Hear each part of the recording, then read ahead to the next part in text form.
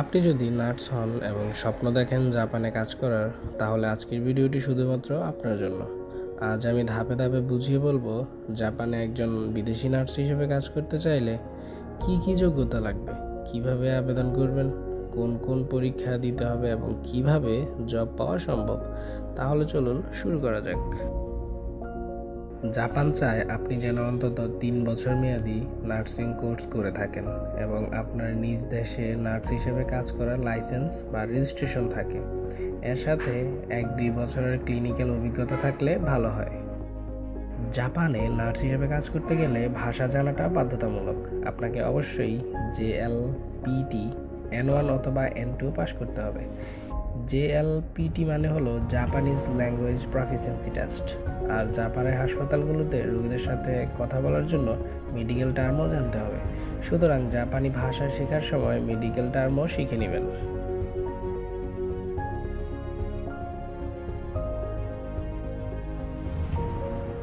জাপানে যাওয়ার 2টি পথ আছে। প্রথমটি হচ্ছে জাপান সরকারের চালিত EPA প্রোগ্রাম, মানে হচ্ছে ইকোনমিক পার্টনারশিপ এগ্রিমেন্ট। এই প্রোগ্রামের মাধ্যমে আপনি ট্রেনিং, ভাষা শিক্ষা, থাকার জায়গা সব কিছু পাবেন। এটি মূলত ফিলিপাইন, ইন্দোনেশিয়া, ভিয়েতনাম থেকে চালু, তবে অন্যান্য দেশ থেকেও সুযোগ রয়েছে। দ্বিতীয় পথটি হচ্ছে specified skilled worker SSW visa. এই ভিসার মাধ্যমে আপনি জাপানে নার্সিং কেয়ার ওয়ার্কার হিসেবে যেতে পারেন।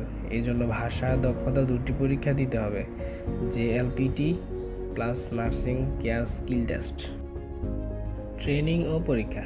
জাপানে গিয়েও আপনাকে 1 বছর পর্যন্ত ট্রেনিং নিতে হবে।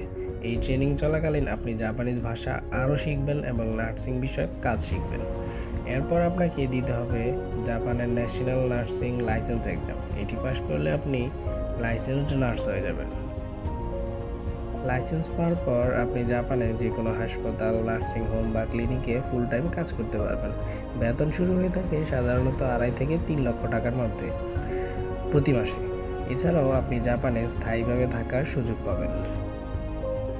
যেসব কাগজপত্র লাগবে: আপনার নার্সিং ডিগ্রির সার্টিফিকেট, রেজিস্ট্রেশন লাইসেন্স কপি, অভিজ্ঞতার প্রমাণ, JLPT সার্টিফিকেট, পাসপোর্ট ও ফটো, স্বাস্থ্য রিপোর্ট।